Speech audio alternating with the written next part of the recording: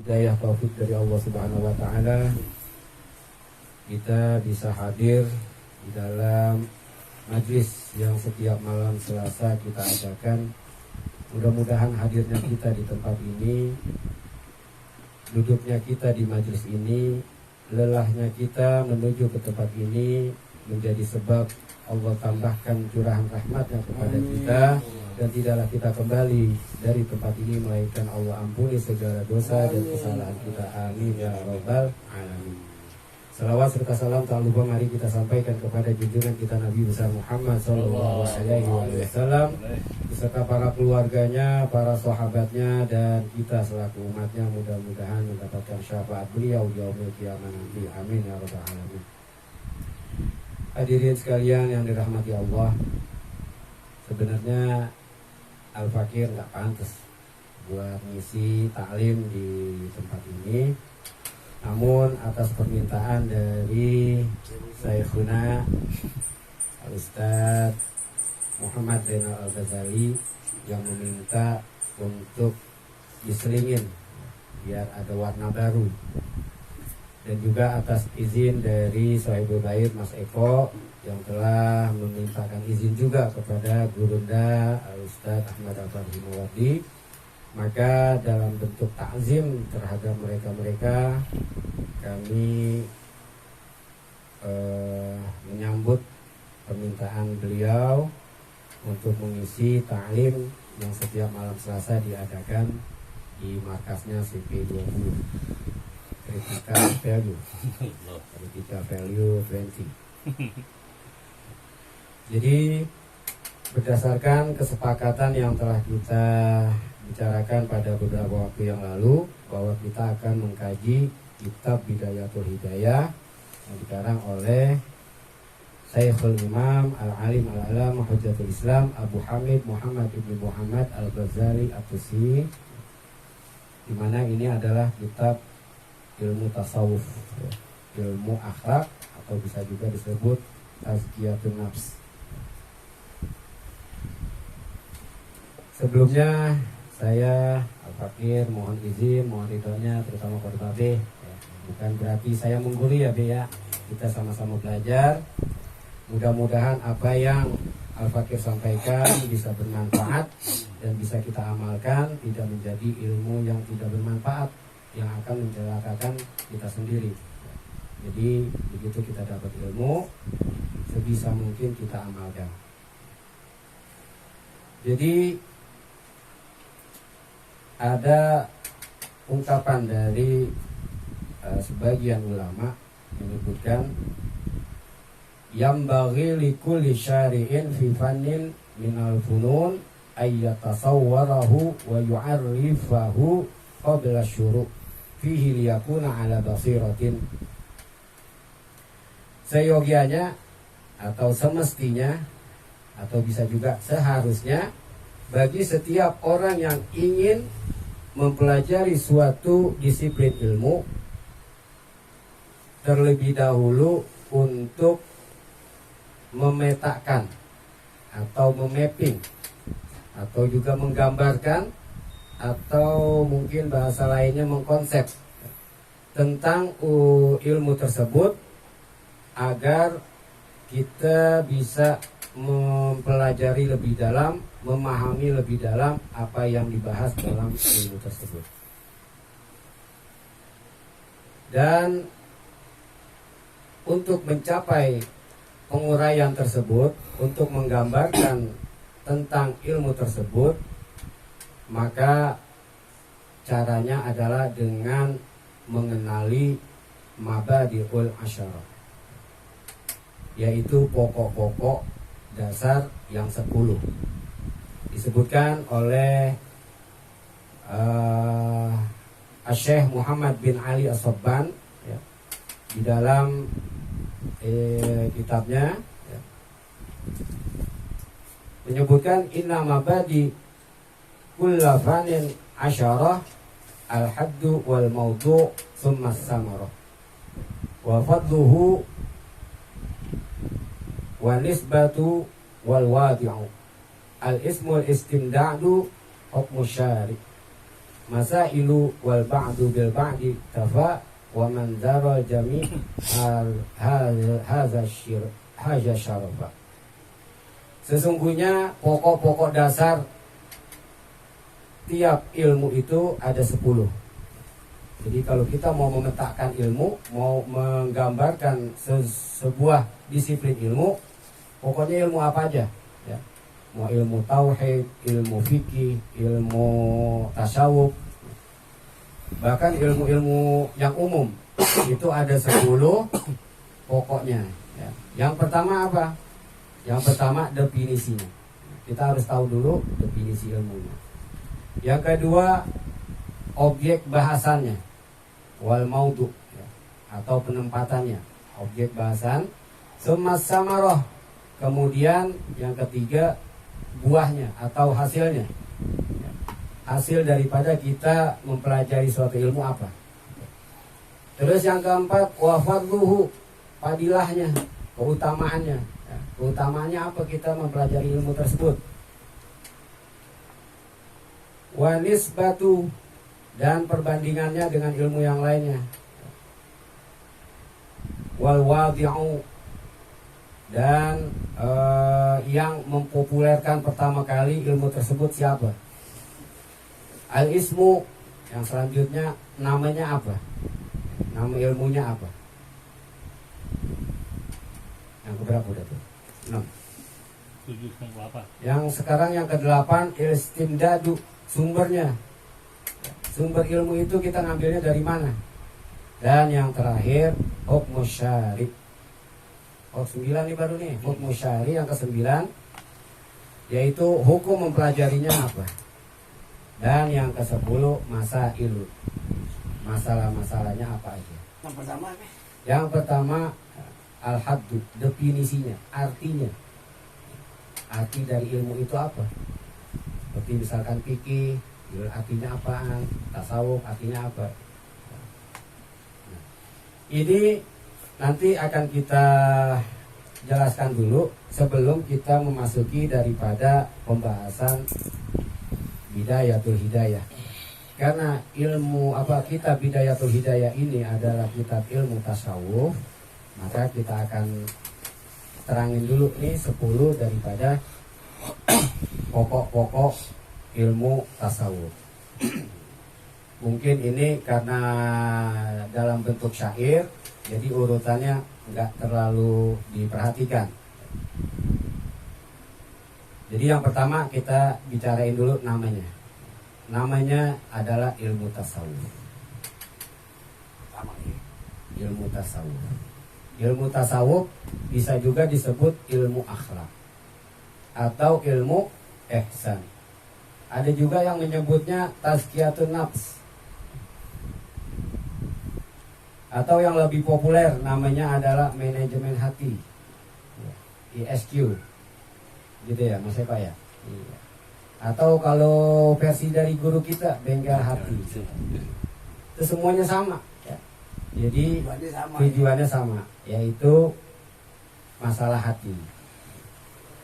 Tapi yang enak kita nyebutnya ilmu akhlak. Kalau ilmu tasawuf kita nyebutnya kayaknya berat. Ini karena ada kesalahpahaman atau miskomunikasi ya. Dulu di bangsa Persia itu orang-orang muslimnya sudah terlalu dahulu mempelajari yang namanya akhlak, yang namanya mempelajari ilmu batin, sedangkan syariatnya belum kuat. Jadi banyak orang yang menganggapnya ini orang nggak sholat gitu. Emang nggak sholat, makanya ada ungkapan dari Ibnu Malik ya, yang menyebutkan bahwa man tasawwafa walam yatafaqah faqad tazandam. Barang siapa yang bertasawuf tanpa bersyariat, maka dia adalah zindik. Zindik itu bisa disebut kafir ya. Atau bisa juga disebut munafik, tapi yang besar, munafik kabir ya. Nifak kabir. Dan sebaliknya, Wa man tafaqqah wa lam yatasawwaf faqad tafassaq. Dan barang siapa bersyariat tapi tidak bertasawuf, maka dia telah fasik. Fasik itu ya masih orang sholat tapi ngerjain maksiat artinya nggak kemana-mana gitu. Jadi sholatnya ya sholat tapi hatinya kemana-mana gitu. Nah ini yang perlu kita pelajari. Wa man jama'a bainahuma faqad tahaqqaq. Dan barang siapa yang menggabungkan keduanya, maka itulah hakikatnya. Jadi nggak bisa dipisahin yang namanya tasawuf dengan syariat. Jadi yang kita harus kencengin syariatnya dulu. Kalau syariatnya nggak kokoh, baru pelan-pelan kita pelajarin hati kita, batin kita, gimana cara khusyuk, gimana cara ikhlas, gimana cara sabar. Jangan sampai kita udah pelajarin batin kita, syariatnya enggak, ya udah begitu. Kayak orang udah sholat gimana di Mekah. Padahal kan waktu Indonesia sama waktu Arab beda. Ya, di sini zuhur, mungkin di sana masih subuh. Itu yang jadi salah miskomunikasi. Makanya orang kalau bilang ilmu tasawuf, wah berat banget belajar tasawuf gitu, ya. Jadi perkara balik lagi ke perkara niat ya. Kita belajar ilmu tasawuf, niatnya apa gitu. Nah nanti ini di kitab Bidayatul Hidayah disebutin yang Imam Ghazali ya. Yang pertama kali dibahas adalah tentang niat. Insyaallah minggu berapa nih? Nanti mungkin banyak lagi bahasannya ya. Ya. Jadi apakah ilmu tasawuf itu udah ada zaman Nabi? Kalau ditanya seperti itu, ya sudah ada. Karena Nabi sendiri diutus untuk menyempurnakan akhlak. Menyempurnakan. Gitu, ya. Dan di dalam Al-Quran disebutkan di dalam surah Al-Imran ayat 164. Bismillahirrahmanirrahim. Laqad manallahu 'alal mu'minina idz ba'atsa fihim rasulan min anfusihim yatlu 'alaihim ayatihi wa yuzakkihim wa yu'allimuhumul kitaba wal hikmah wa in kanu min qabli lafi dhalalin mubin. Sungguh Allah telah memberi karunia kepada orang-orang mukmin ketika Allah mengutus di antara mereka seorang rasul dari golongan mereka sendiri yang membacakan kepada mereka ayat-ayat Allah, membersihkan jiwa mereka dan mengajarkan kepada mereka Alkitab dan Al-Hikmah. Dan sesungguhnya sebelum kedatangan Nabi itu mereka adalah benar-benar dalam kesesatan yang nyata. Nah dari ayat ini disebutkan adalah ada 3 tugas Rasul. Jadi Rasul yang mana aja semuanya tuh tugasnya 3. Yang pertama apa? Yatlu alaihim ayatih. Membacakan kepada mereka ayat-ayat Allah. Nah ini bisa digambarkan sebagai dakwanya Rasulullah dalam mengajarkan tauhid kepada umatnya pada waktu itu. Ini yang disebut ilmu tauhid. Jadi dakwanya Nabi membacakan ayat-ayat Allah, mengenalkan kepada para sahabatnya tentang keesaan Allah, tentang adanya Allah. Nah, ini tauhid. Yang kedua, wa yuzakkihim, dan membersihkan jiwa mereka. Nah, ini bisa digambarkan sebagai pelajaran ilmu tasawuf, ilmu akhlak, untuk membersihkan jiwa-jiwa mereka, hati-hati mereka dari sifat-sifat yang tercela, ya. Dikosongin tuh biar bersih yang tercelanya dan dimasukin dengan sifat-sifat yang terpuji. Dan yang ketiga, wa yu'allimuhumul kitab wal hikmah, dan mengajarkan kepada mereka Al-Quran dan hikmah. Nah ini gambaran daripada ilmu syariat. Jadi 3 tuh ya. Pertama Nabi ngajarin ilmu tauhid, kedua ngajarin ilmu tasawuf, nah yang ketiga ngajarin ilmu syariat. Ya, di Al-Quran itu kan banyak syariat ya. Ya. Iya. Itu dia. Jadi jangan dipisahin, ini harus ketiga-tiganya dipelajarin. Kalau salah satu aja nggak dipelajarin, ya bisa goyang. Makanya ada yang bilang, lu belajar tasawuf kuat ntar gila loh. Masa gila sih, belajar akhlak bisa gila. Nah itu tadi lagi, balik lagi kembali pada niatnya ya. Kalau niatnya mau terbang, biar bisa terbang, bisa jalan di air, ya bisa gila.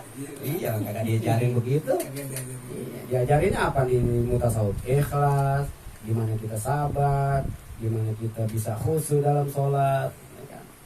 Bagaimana kita bisa zuhud, qanaah. Orang beranggapan ilmu tasawuf ini tahu. Iya. Orang yang bisa terbang aja deh.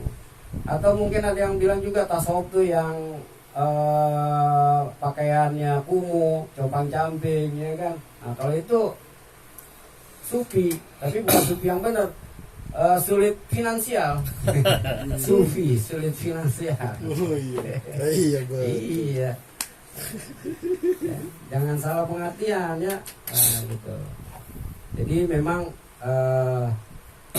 kita belajar ilmu tasawuf itu ya harus diikutin dengan ilmu syariat, ilmu tauhid, ya kesemuanya kita bisa dapetin akan mencapai yang namanya tahaqquk, ya, hakikat. Bisa mengenal, insya Allah kita bisa, batin kita bisa mengenal Allah, jadi kita bisa khusyuk dalam sholat. Dan ini juga di dalam salah satu hadis, nah hadisnya panjang ya, mungkin teman-teman juga sudah pernah dengar, di mana pada saat Rasulullah SAW bersama dengan para sahabatnya sedang duduk-duduk, tiba-tiba datang seseorang yang pakaiannya putih bersih ya, dan juga rambutnya rapi, hitam ya, nggak ada tampang-tampang bekas perjalanan jauh, tapi sahabat nggak ada yang kenal.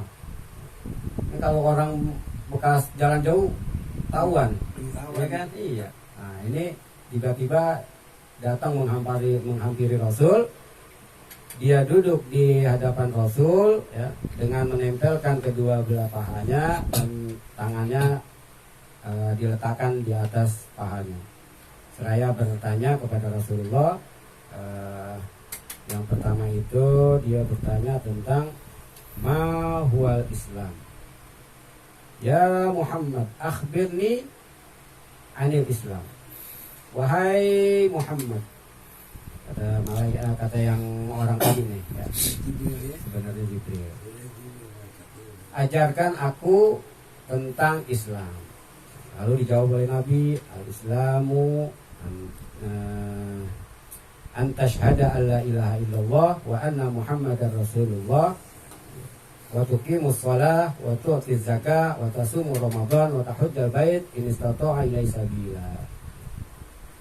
Itu yang namanya rukun Islam. Syahadat, sholat, zakat, puasa, haji. Rukun Islam. Terus ditanya lagi sama malaikat, akhbirni anil iman. Jawab oleh Nabi, antu'mina billahi wa malaikatihi wa kutubihi wa rusulihi wa yaumil akhir. Wa tu'minu bil qadari khairihi wa syarrihi. Nah, itu namanya rukun iman. Kalau tadi rukun Islam itu menggambarkan tentang ilmu syariat. Jadi kita gimana diajarin sholat, puasa, zakat, haji. Itu ilmu-ilmu yang zahir, yang kelihatan. Terus yang kedua tentang tauhid, mana kita beriman kepada Allah, beriman kepada Rasul, beriman kepada para malaikat, pada kitab-kitab, ya, pada hari kiamat, dan juga kepada qada, gaib dan buruk. Nah yang ketiga, akhbirni anil ihsan. Apa itu ihsan? Anta'budallah ka'annaka tarah fa illam tarak fa illam takun tarah fa innahu yarak. Yang namanya ihsan, engkau beribadah pada Allah seakan-akan engkau melihatnya. Fa illam takun tarah, dan apabila engkau tidak melihatnya, maka sesungguhnya Allah melihat engkau. Jadi merasa diawasi, itu paling minimalnya dah. Ya. Kalau kita nggak bisa, batin kita nggak bisa melihat Allah, Maka kita harus yakin bahwa Allah melihat kita. Gitu. Maka di situ akan tumbuh nanti kekhusyuan. Gitu ya. Pokoknya kalau kita lagi sholat ada lintasan-lintasan langsungnya, oh ya Allah ingat, Allah lihat, Allah lihat. Dalam hati kita begitu. Ya. Jadi insya Allah khawatir-khawatirnya nanti hilang, kekhawatiran-kekhawatiran, was-wasnya hilang. Ya. Nanti kita ingat terus. Yang namanya manusia pasti godaannya banyak. Setan itu bersekutu dengan hawa nafsu. Makanya kadang-kadang kalau kita nyalain setan marah dia. Gue mah cuma bilangin doang, no enak lah gitu. Yang menerusin siapa? Hawa nafsu. Karena hawa nafsu itu musuh yang paling ini yang paling jahat. Istilahnya seperti musuh dalam selimut, ada pada diri kita. Iya. Nah ini juga adalah gambaran, hadis ini gambaran dari 3 ilmu tadi, ilmu tauhid, ilmu syariat, dan ilmu akhlak atau tasawuf. Ya. Makanya di zaman Nabi ya udah pasti ada. Dan di dalam kitab Hidayatul Aulia itu disebutkan.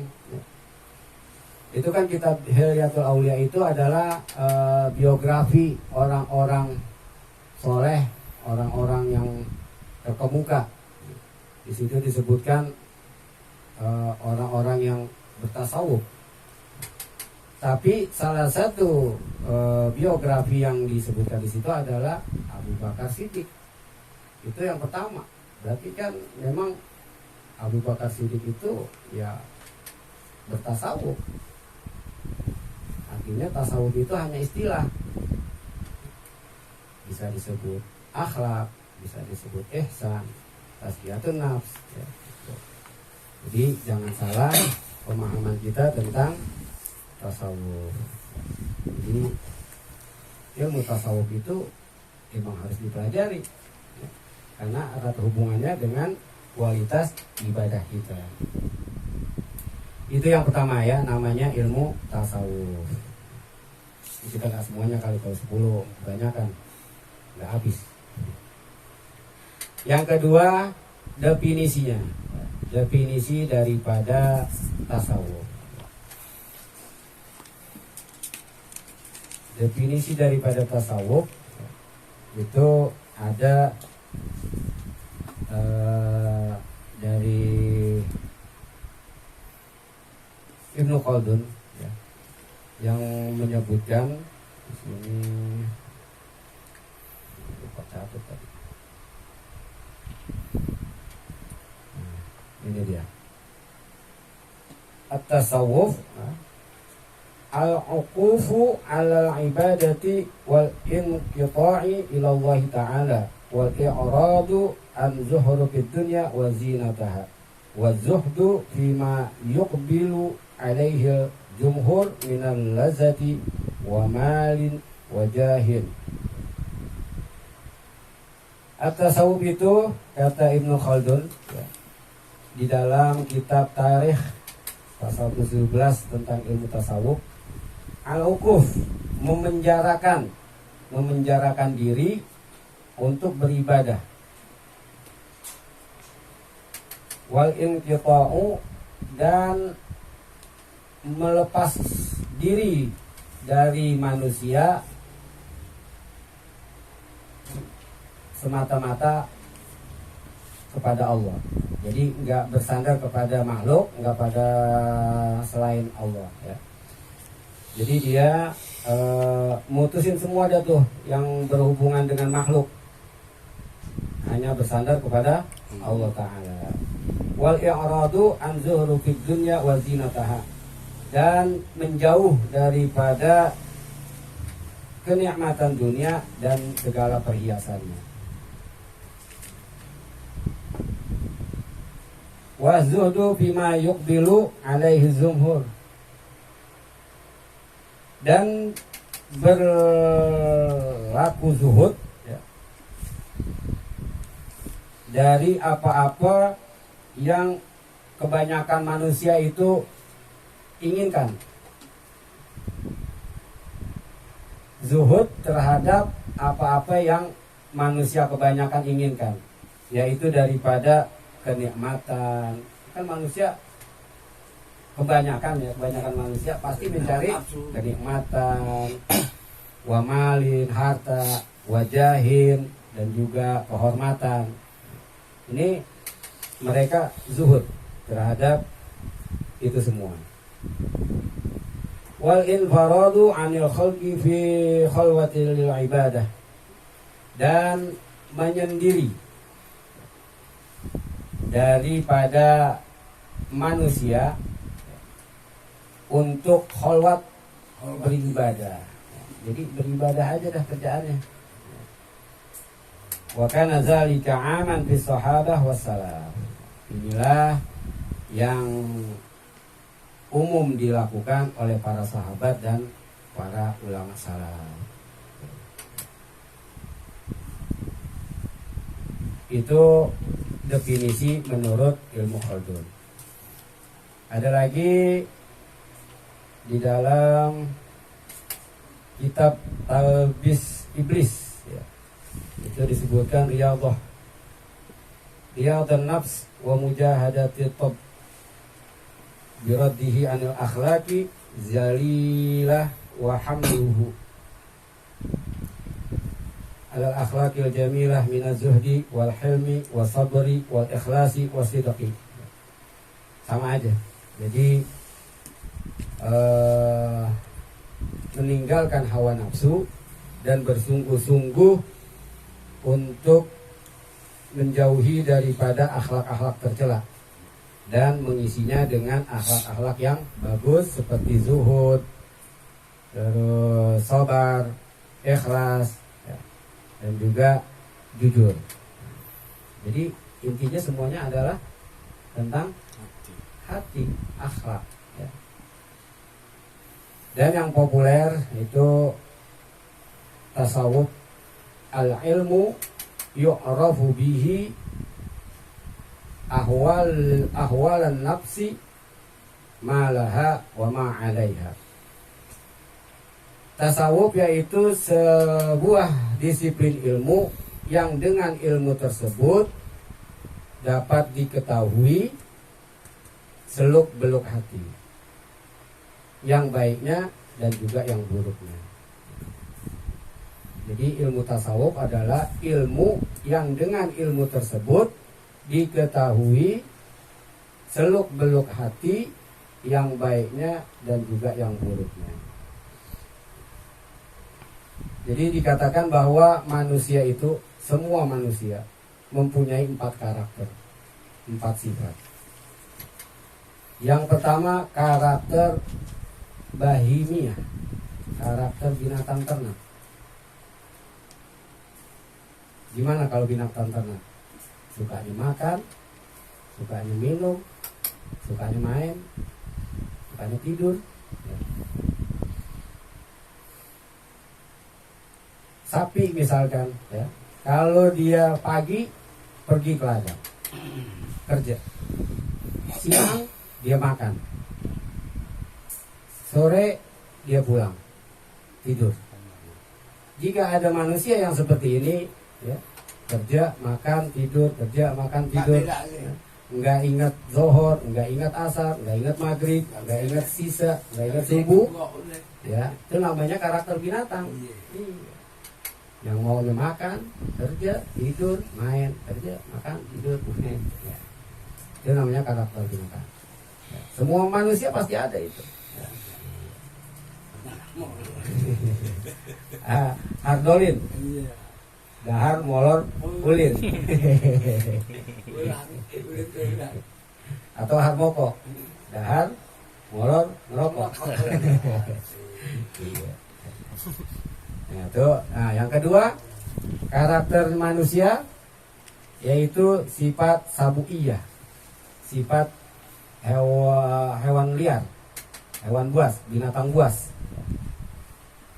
Gimana binatang buas? Ya, sukanya menerkam, sukanya menindas, ingin menguasai, ya. Nah, itu ada juga pada diri manusia, pengen menindas, pengen menguasai. Jadi kalau ada manusia yang seperti itu ya berkarakter binatang buas, sabuiyah namanya. Dan yang ketiga, karakter syaitaniyah. Gimana syaitan?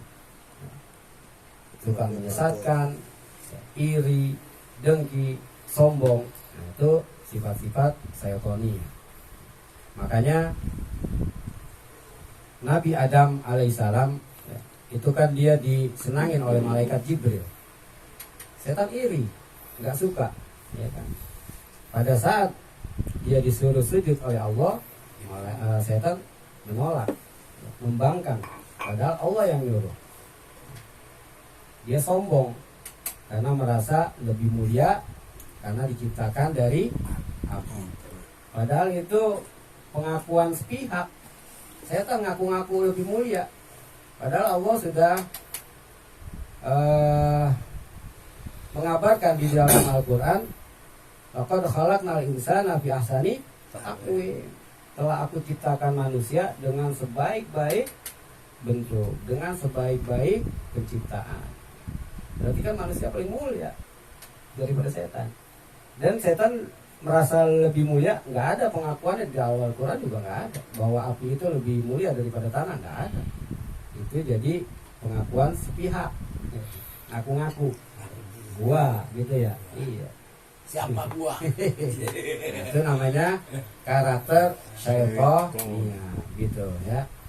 Dan yang keempat yaitu karakter rububiyah, karakter ketuhanan.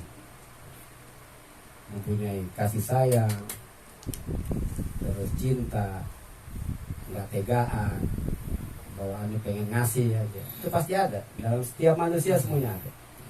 Iya be. Apalagi kalau lagi ada hajatan ya nggak be, ada dangdutnya.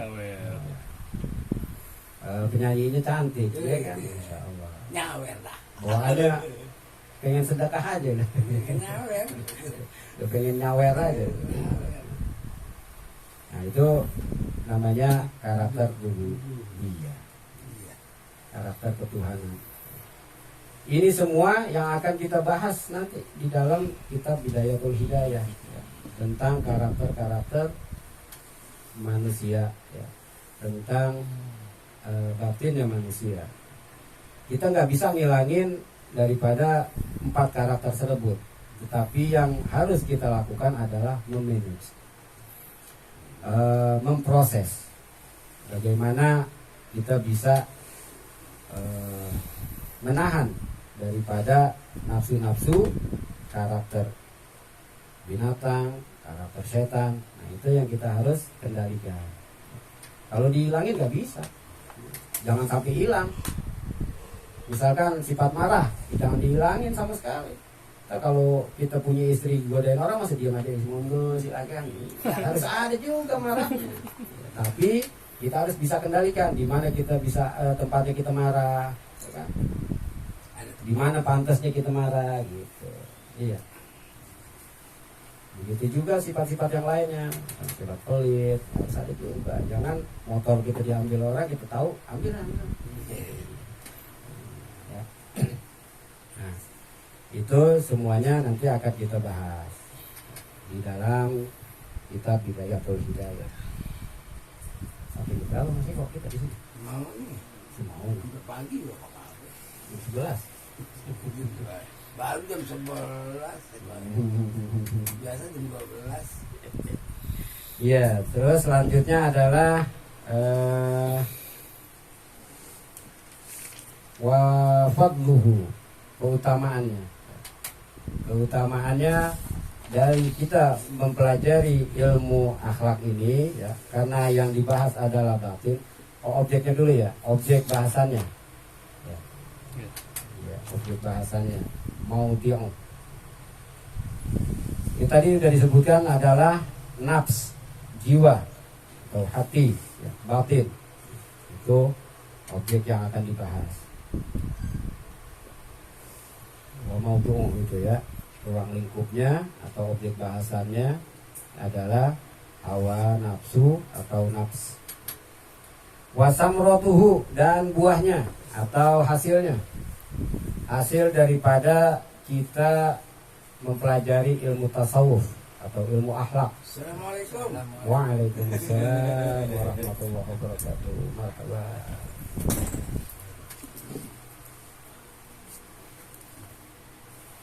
Buahnya adalah sebagai penghubung untuk kita dapat membersihkan hati daripada sifat-sifat yang tercela dan menghiasinya dengan sifat-sifat yang terpuji untuk dapat batin kita menyaksikan adanya atau kehadiran Allah Subhanahu wa taala. Itu hasil tertingginya. Batin kita bisa merasakan hadirnya Allah Subhanahu wa taala sehingga kita ibadah bisa lebih khusyuk ya. Bisa rindu kepada Allah. Jadi bawaannya pengen ngaji, bawaannya pengen zikir, pengen ibadah aja. Iya.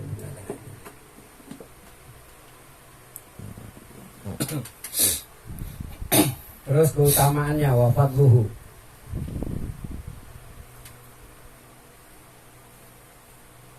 Wafat luhu ya sama dengan tadi hasilnya, karena yang dibahas adalah masalah hati, masalah batin, maka ilmu tasawuf ini ilmu yang lebih utama daripada ilmu-ilmu yang lain.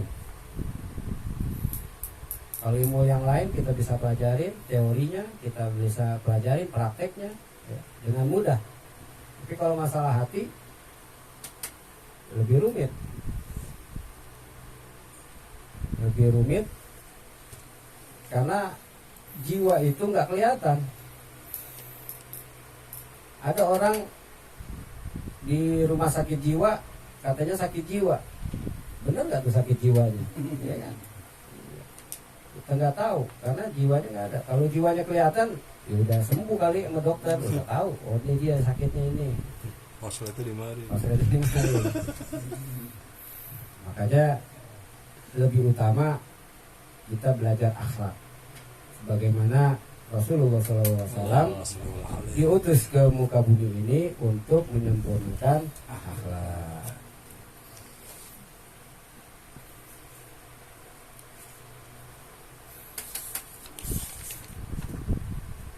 Sumber-sumbernya wastimdadu.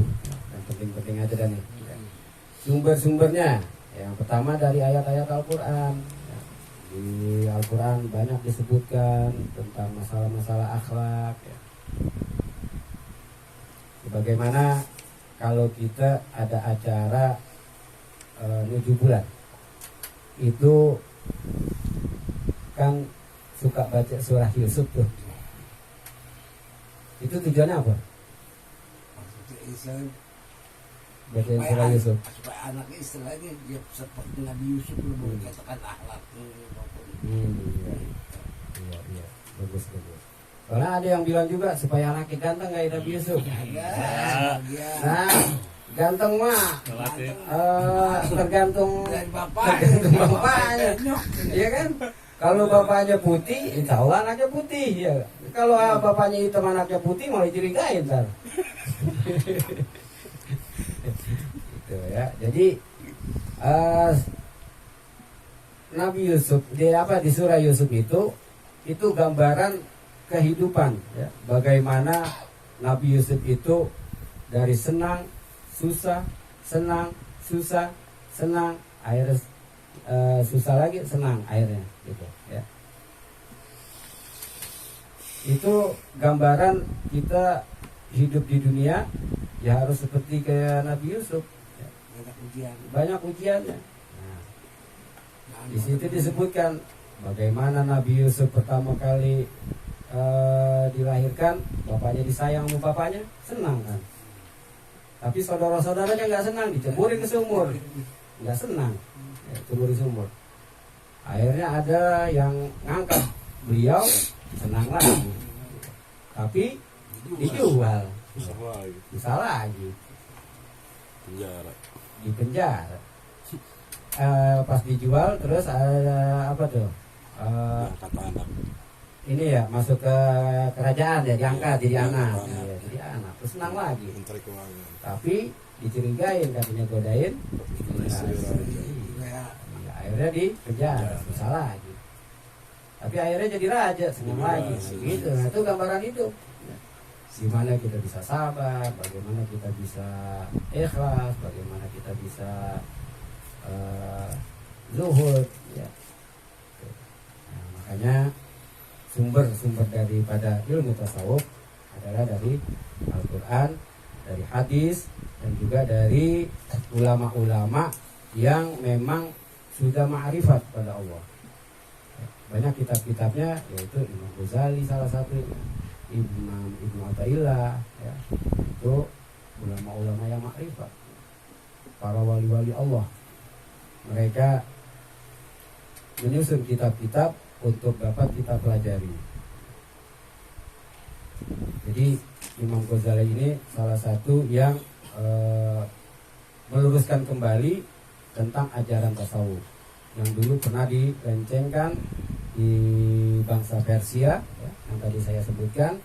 Bangsa Persia itu waktu Islam kebanyakan belajar tasawuf tadi tidak diikuti dengan syariat.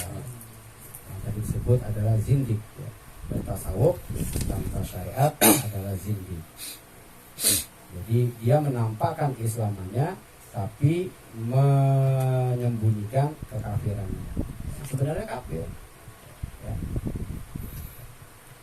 Hukumnya, hukum mempelajari ilmu tasawuf, ilmu akhlak, ilmu ihsan atau tazkiyatun nafs adalah wajib ain. Ini salah satu yang disebutkan Nabi, talabul ilmi faridatun ala kulli muslimin wa muslimatin. Jadi benar, yang namanya belajar tuh nggak pakai berhenti sebelum kita bisa ma'rifat pada Allah. Ya. Belajar terus supaya kita bisa ngosongin hati kita daripada sifat-sifat tercela. Terus belajar lagi agar kita bisa masukin hati kita dengan sifat-sifat terpuji yang insya Allah nanti akan kita mencapai yang namanya tajalli, menuju Allah. Ibarat kata air di dalam kopi, kopi di dalam gelas. Ya. Kalau air kopi, kalau kita nggak kosongin dulu, langsung kita isi dengan air yang bersih, langsung bersih nggak? Buntok. Ya kagak, kan air kopi be. oh, saya kopi. Masih ada kopinya. Kotor. Iya. Kopinya masih ada, kita tuangin gitu. Niat kita mau bersihin, ya nggak bakalan bersih, tetap aja hitam tuh air. Kocokin dulu. Makanya kita harus kosongin dulu, hati kita dikosongin dari sifat-sifat yang tercela. Kalau udah kosong, baru bisa masuk ke yang terpuji. Jadi belajar kita mengendalikan amarah kita, emosi kita, nggak sabaran kita, ya kan? Terus bawaan kita sama orang hilangin dari yang begitu. Nah kalau udah kosong, udah plong, baru isiin dengan sifat-sifat yang terpuji kita, sabar, terus ikhlas, ridho. Itu baru bisa. Kalau masih ada sifat-sifat tercelanya ya nggak bisa, bentrok. Malah kalah yang terpujinya. Nah inilah gambaran daripada ilmu tasawuf yang akan kita pelajari, ya. Tapi nanti karena ini permulaan, ya, kita bidayah ini kalau kata seorang kiai, nggak bisa kita belajar ihya kalau belum belajar bidayah hidayah. Jadi ini pelajari dulu nih awal lah. Dasar. Dasar. Makanya namanya bidayah. Bidayah itu permulaan. Al hidayah ya hidayah, permulaan hidayah. Kalau kita udah hatam ini bidayah, insya Allah kalau memang kita mau lanjut atau tertarik dengan ilmu tasawuf, kita bisa pelajari yang lain.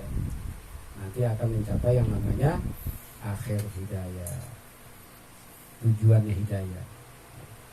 Apa tuh? Ma'rifat pada Allah.